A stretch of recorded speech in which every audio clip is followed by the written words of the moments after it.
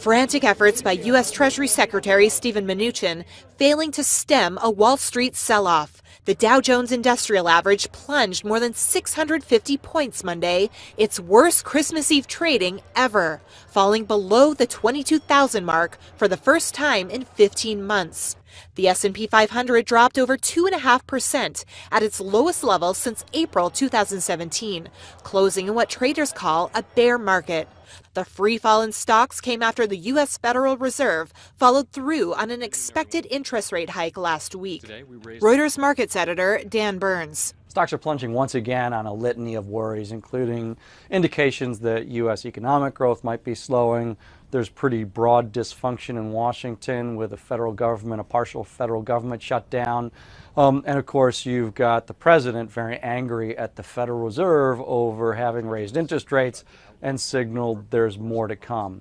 Add it all together, and particularly the last element with a president appearing to meddle directly and deeply inside what is supposed to be an independent central bank has been very disconcerting for investors. And they voted with their feet, and the market plunged.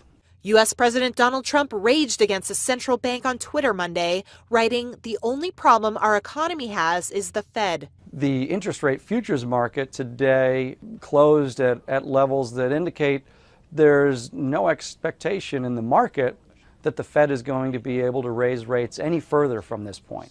So there's a clear disconnect between where the market believes the Fed is headed and where Fed officials themselves have signaled they're headed.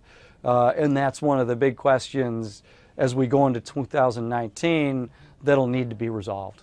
Very specific. Meanwhile, the Treasury Secretary trying to stem the market mayhem while on vacation in Cabo.